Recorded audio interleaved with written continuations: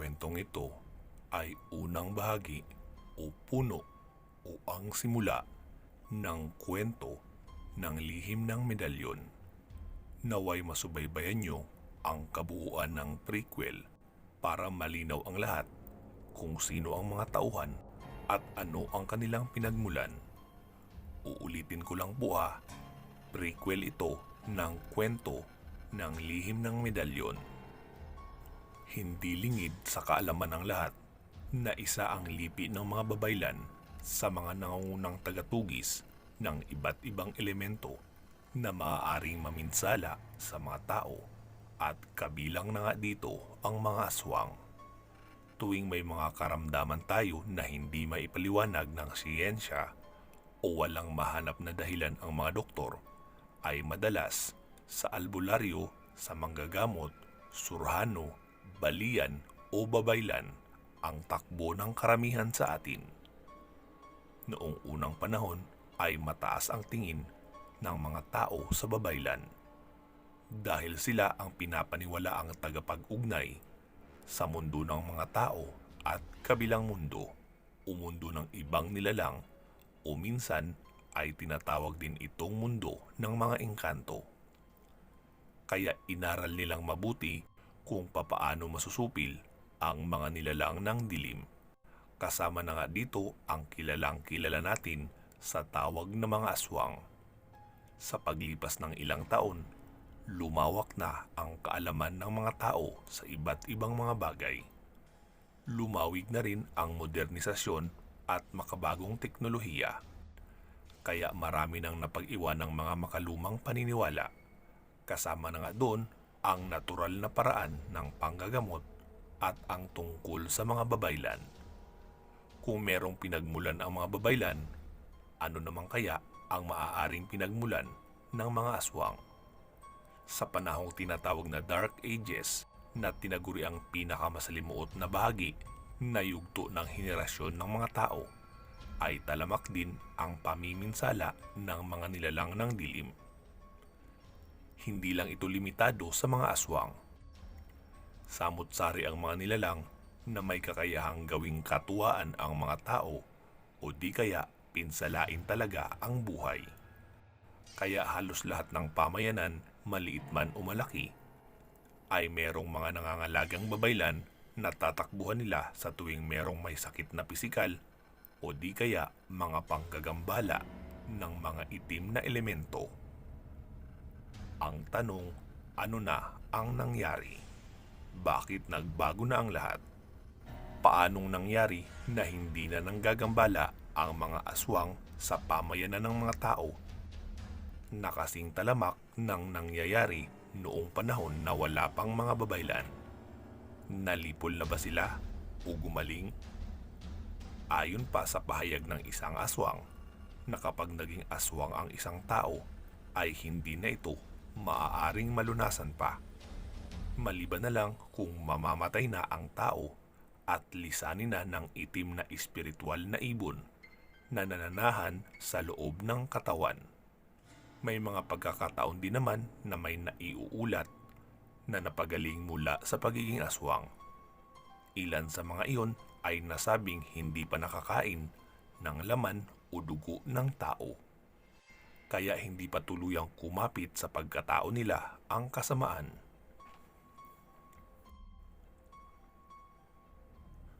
Ating pakinggan ang isang mahabang kasaysayan ng taong nagmula sa lahi ng mga babaylan at ang dahilan kung bakit nahinto ang tahasang panggagambala ng mga itim na nilalang sa mga tao. May isang katamtaman ang laki na pamayanan na nasa kabundukan.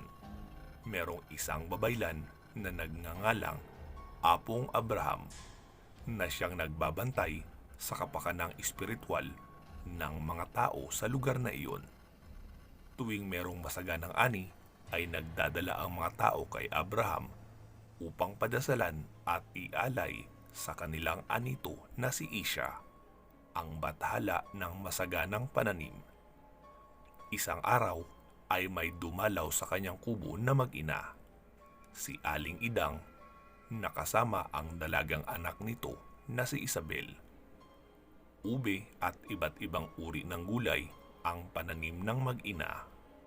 Ayon pa sa mga ito, ay nag-ani sila noong nakaraang araw at hindi nila inaasahan ang ganon kadaming maaaning ube, lalo na at dumaan ang tagtuyot.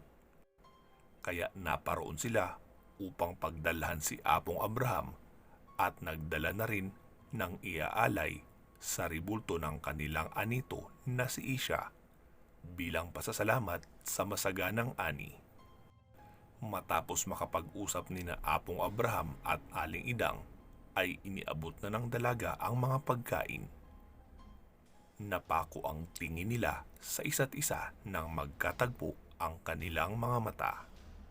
Bagamat nasa magka-40 na ang edad ni Apong Abraham, ay matikas pa rin naman siya dahil gulay, prutas at paminsan-minsang baboy ramulang ang kanyang kinakain. Maaga din siya gumigising upang mangalap na mga halamang gamot na ginagamit niya sa mga karamdamang idinudulog sa kanya ng mga taga-sityo biyak na daan. Ilang saglit din silang nakatitig sa isa't isa at natauhan na lang nang nagsalita ang ina. Apong Abraham, mauuna na po kami. Pupunta pa kasi kami sa Kapatagan para mag-deliver ng mga naani namin. Ganun ba? Hala sige, humayo kayo at mag-iingat kayo ha. Siya nga pala, maaari ko bang malaman ang pangalan mo, Binibini? Matamis naman ang ngiti ng dalaga na nasabayan pa ng pamumula ng mga pisngi nito. Ako po si Isabel. Sige. Mag-iingat kayo ng nanay mo, Isabel ha, sa pupuntahan nyo. Sige po, salamat. Umalis na nga ang mag-ina. Habang nag-aayos si Abraham ng mga pagkain na dadalhin niya sa altar ng kanilang anitong si Isha, ay hindi mawala-wala ang isipan niya sa maamong mukha ng dalagang si Isabel. Matagal na rin siyang namumuhay ng mag-isa. Magmula nang umalis siya sa pamayanan ng mga babaylan sa bundok ng Ibisan. Mula nang magkaisip kasi siya, ay doon na siya namulat sa pamayanang iyon, kung saan isa din sa lupo ng mga babaylan ang kanyang mga magulang.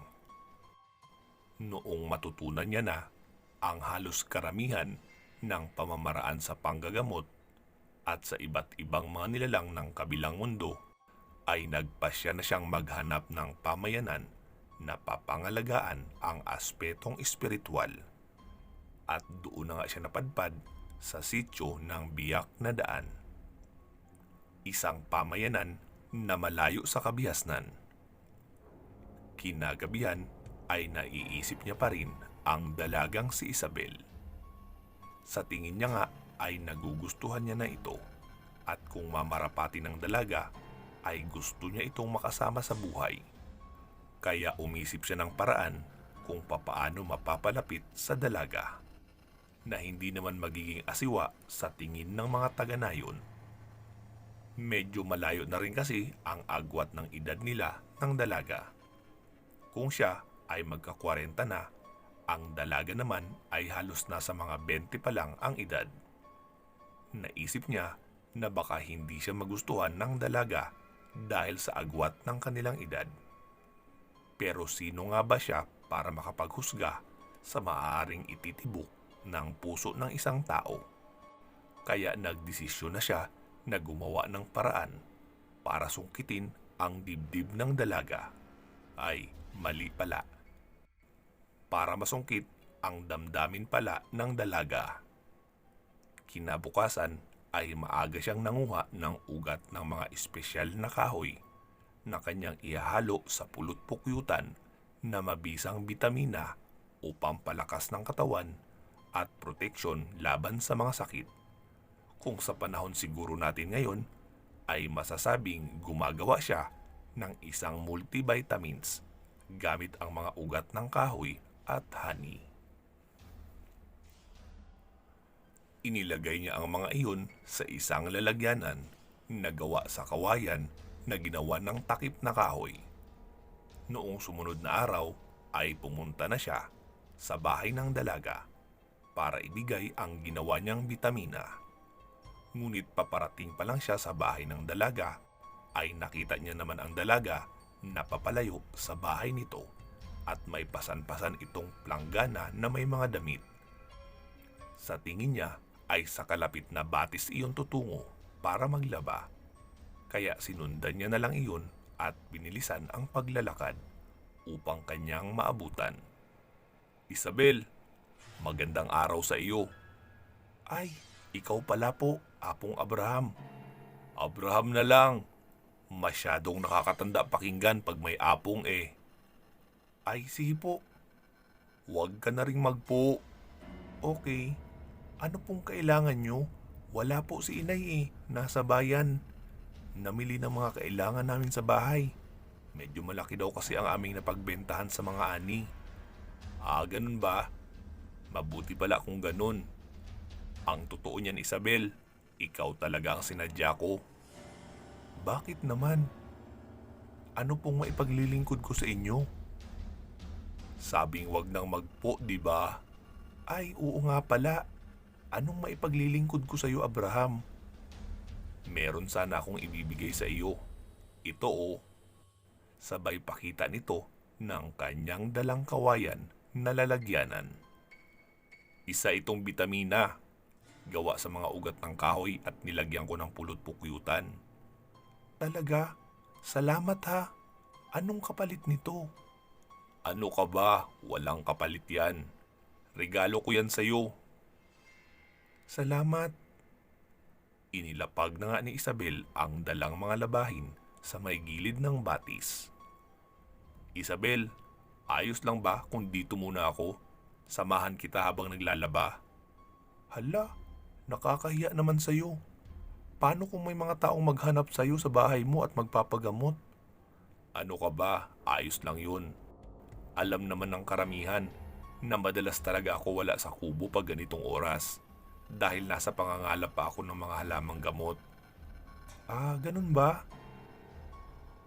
Eh kung hindi naman nakakaabala sa'yo, okay lang naman. Mas masaya nga maglaba kung may kasama at kausap. Nagsimula na nga maglaba si Isabel. Isabel, may katipan ka na ba o nobyo? Wala pa po. Hindi kasi ako palalabas ng bahay. Kaya hindi ko rin nakakasalamuha ang mga kalalakihan na kasing edad ko. At lagi din kaming abala ni inay sa bukid. Isabel, huwag ka sanang magagalit ha sa ipagtatapat ko. Hindi na ako magpapaligoy-ligoy. May edad na ako at wala nang panahon para sa maraming pasakalye. Gusto kita, Isabel, at nais ko sanang umakyat ng ligaw sa iyo. Napahinto naman ang dalaga sa kanyang ginagawang paglalaba at ipinatong muna ang damit sa bato saka humarap kay Abraham. Ha? Sigurado ka? Pero bakit ako? Mahirap lang kami ni inay. Ba't hindi yung mga anak na mga pinunong lupon na mayayaman ang ligawan mo? Mas karapat dapat sila para sa'yo. Pasensya ka na sa sinabi ko ha. Kung sa pananaw mo ay sa iba ako nababagay, iiba naman ang sinasabi ng puso ko. Matagal na ako sa pamayanan nyo namamalagi. Pero noong nakita kita, ay doon pa lang ako nakaramdam na tumibok ang puso ko. Kaya iyon ang matibay kong basihan na ikaw ang nababagay sa akin at wala ng iba. Ah, ganun ba? Ikaw bahala. Mabait naman si inay. Magpaalam ka sa kanya na dadalaw ko sa bahay para hindi niya ako kagalitan. Biglang natahimik si Abraham at tila may tinatanaw sa malayo. Uy, Abraham, bakit ka natahimik? Imbis na sagutin ang tanong ng dalaga, ay sinabi nito, patapos ka na bang maglaba? Oo, bakit? Medyo bilisan mo pa, kailangan na nating umalis dito. Bakit naman? Basta. Nilingon ni Isabel ang direksyon na tinatanaw ng babaylan. At nakita niya din ang nakita ni Abraham na grupo ng mga tao na hindi bababa sa 10. Wala itong mga pang-itaas na kasuotan at nakasuot ng bahag sa pang-ibaba na maaaring gawa sa balat ng hayop. Kahit sa kabukiran sila nakatira, ay may suot naman silang maayos na damit dahil nakakababa din naman sila sa kabayanan kung saan may mga nagtitindang damit na mura. Ngunit ang grupong iyon ay tila ba hindi tumira sa isang sibilisadong pamayanan. Gulo-gulo ang mahahabang buhok ng mga iyon at parang wala sa katinuan ng pag-iisip kung magsigalaw. Dahil sa nakita ay natakot na rin si Isabel. Saka inipon na ang mga damit at binitbit. Pagkatayo nila ay napalingon sa kanila ang grupo na kanina'y kanilang tinititigan.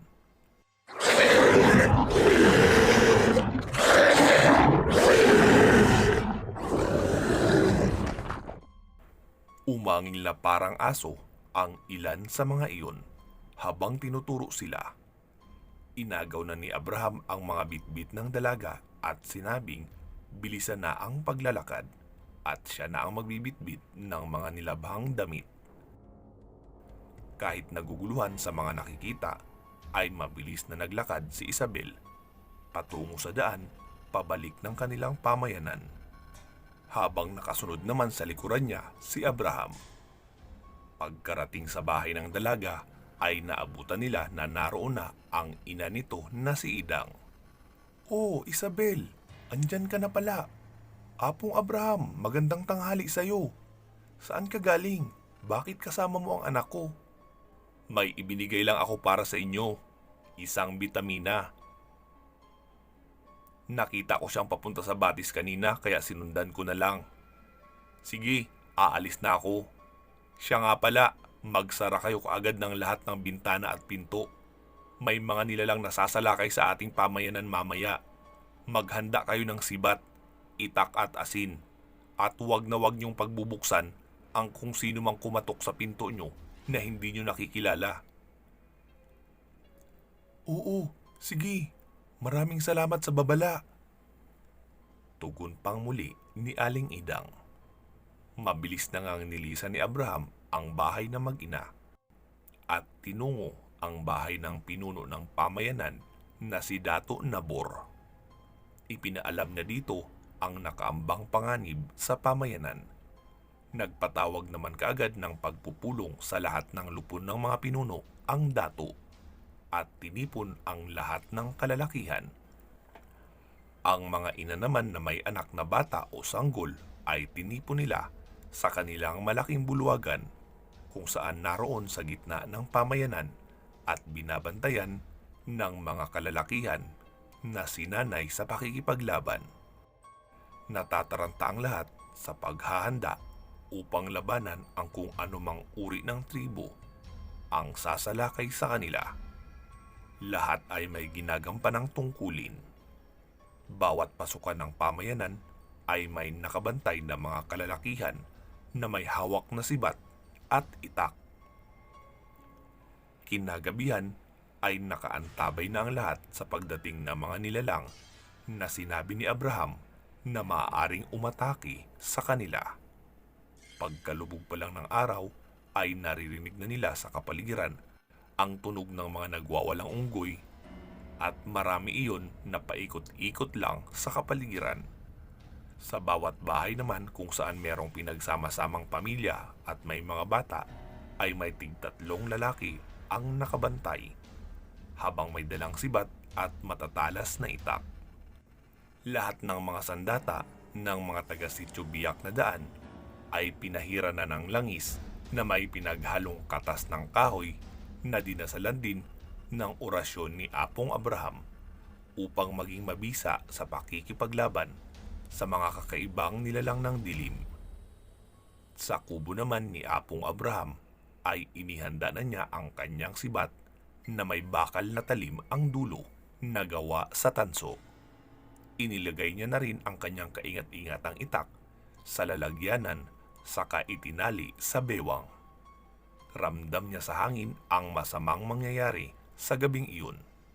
Naaamoy niya rin kasi ang malansang amoy ng mga nilalang na nasa paligid lang ng pamayanan at nag-aabang upang sumalakay. Una niyang inisip na puntahan ay ang kubo ng mag-inang Idang at Isabel. Dahil medyo nakadistansya iyon sa karamihan ng mga kabayan at siya lang ang pinakamalapit na bahay sa mga ito. Lumabas na siya ng kanyang kubo at tinahak na ang daan patungo sa pamayanan. Madadaanan niya rin ang bahay ng mag-ina bago makarating sa gitna ng pamayanan.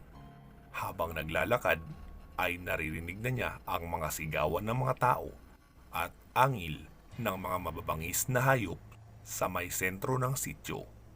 Kinabahan na siya kaagad dahil hindi niya inaasahan na sa ganun kaaga ay aatake na ang mga nilalang na iyon. Nagsisimula palang sumilay ang buwan, kaya kahit papaano ay may kaunti na itong liwanag na naibibigay na makakatulong upang makita ni Abraham ang kanyang dinadaanan. Papalapit pa lang siya sa kubo ng mag-ina ay naririnig na niya ang boses ng mga ito na tila may nilalaban ng nilalang. Nakita niya sa bubong ang isang kulay itim na mabalahibong nilalang na may ulo ng isang lobo. May malaking bunganga at naglalaway na ang bibig. Umusal siya kaagad ng orasyon. Nostales teraso corum. Pagkatapos lang bitawan ang tatlong kataga, ay biglang gumuhit ang kidlat sa kalangitan paibaba. Pero hindi naman iyon tumama sa nilalang. Dahil sa pagliwanag ng kidlat, ay napatingala ang nilalang na nasa bubong. Bago pa iyon lumingon sa kanya, ay ibinato na niya ang kanyang dalang sibat at diretso iyon sa dibdib ng nilalang na tumagos pa hanggang sa likod nito. Dahil sa tinamong sugat ay nagpagulong-gulong na lang ang nilalang sa bubong hanggang sa bumagsak sa lupa. May umangil naman na mula sa likuran ng kubo at tumakbo na iyon patungo sa may bahaging harapan kung saan naroroon si Abraham. Dumikit naman si Abraham sa may dingding ng kubo para hindi siya kaagad makita ng nilalang na palusob pa lang sa kanya mula sa likuran. Dahil sa hindi nga siya nakita nito, kaya nalampasan lang siya sa kanyang pinagtabihan. Nang makalampas naman iyon sa kanya ng mga 2 hakbang, ay mabilis niyang tinaga iyon sa likod sa may bahaging kaliwa. Dahil sa lakas ng hampas na kanyang ginawa, ay tila naputol ang ilan sa mga buto noon. Napaluhod naman ang nilalang na iyon sa lupa dahil sa malaking sugat na tinamo nito. Sinamantala na rin ni Abraham ang pagkakataon upang muling pasundan ng isang malakas pa na pagtaga ang leeg at lalo pa iyong napadapa sa lupa. Muli niyang iniangat ang itak at diretsong itinusok sa kaliwang bahagi ng katawan ng nilalang na iyon at pinuntirya na ang puso. Sa kanya inikot ang itak. Noong huminto na sa paghinga ang nilalang na iyon, ay binunot na niya ang kanyang itak. Saka kumatok siya sa pintuan ng kubo ng mag-ina. Isabel, ayos lang ba kayo? Oo, ayos lang kami, Abraham. Huwag kayong magbubukas ng pinto ha. May isisiksik ako mga daon sa ibaba ng pintuan nyo. Magpaningas kayo sa inyong lutuan, tapos ilagay nyo ang mga dahon na iyan at ipausok sa loob ng bahay bilang karagdagang proteksyon. Magsaboy na rin kayo ng asin sa loob ng bahay nyo at sa mga gilid. Didiretso na ako sa gitnang pamayanan. Mas madami ang nangangailangan ng tulong doon. Sige Abraham, maraming salamat. Mag-iingat ka ha. Sagot pa ni Isabel. Magsama-sama po tayong muli sa pagpapatuloy ng panimula o prequel ng kwento nating pinamagatang Lihim ng Medalyon. Sa mga interesado po na sumali sa program ng channel natin na Share Your Story and Earn Cash, ay ipadala nyo lang po ang inyong mga kwento sa email address na ilalagay ko sa bidyong ito. Puntahan nyo rin po ang community post ko o i-email nyo na lang ako para malaman kung papaano at magkano ang maaari nyong kitain. Hindi po iyon pa kompetisyon at hindi rin pa raffle. Kikita po kayo base sa views na naabot ng kwentong ibinahagi nyo sa loob ng 30 days. Ibinabahagi ko lang po ang channel ko sa inyo para kumita din kayo gamit ang sarili nyong kwento, lalong-lalo na ngayon sa panahon natin na krisis. Okay po ba iyon? Inaanyayahan ko din po kayo na mag-subscribe sa isa ko pang channel na pambata. Ang pangalan po ng channel ay Batang Pinoy Stories. Kahit mag-subscribe lang po kayo, ay ipinagpapasalamat ko na po iyon ng malaki. Maraming salamat po. Mag-iingat po kayo palagi at hanggang sa muli.